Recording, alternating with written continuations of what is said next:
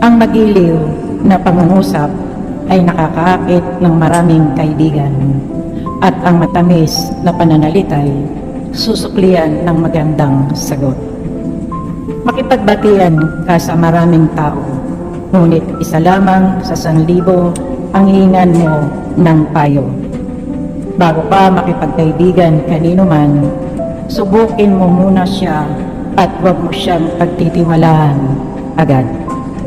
Sapagkat may mga kaibigang mapagsamantala na di mo maasahan sa oras ng pangangailangan.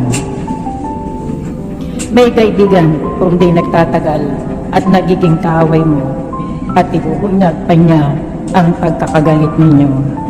Ano pa't lalabas kang kahiya-hiya?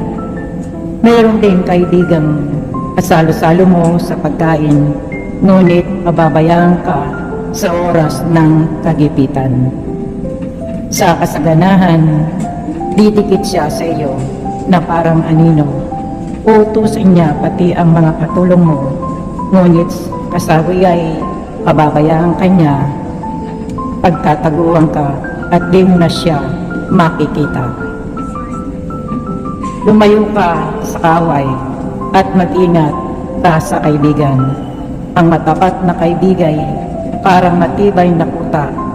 Pag nakatagpo ka ng tulad niya'y para kang nakaupay ng malaking kayamanan.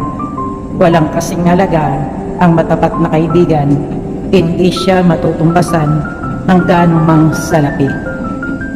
Ang matapat na kaibigay parang gamot na nagbibigay buhay, at siya'y matatagpuan lamang ng mga may takot sa Panginoon. Ang may takot sa Panginoon ay makakatagpo ng tapat na kaibigan, at ang mga kaibigan niya ay tulad niyang may takot sa Panginoon. Ang salita ng Diyos. Salamat sa Diyos.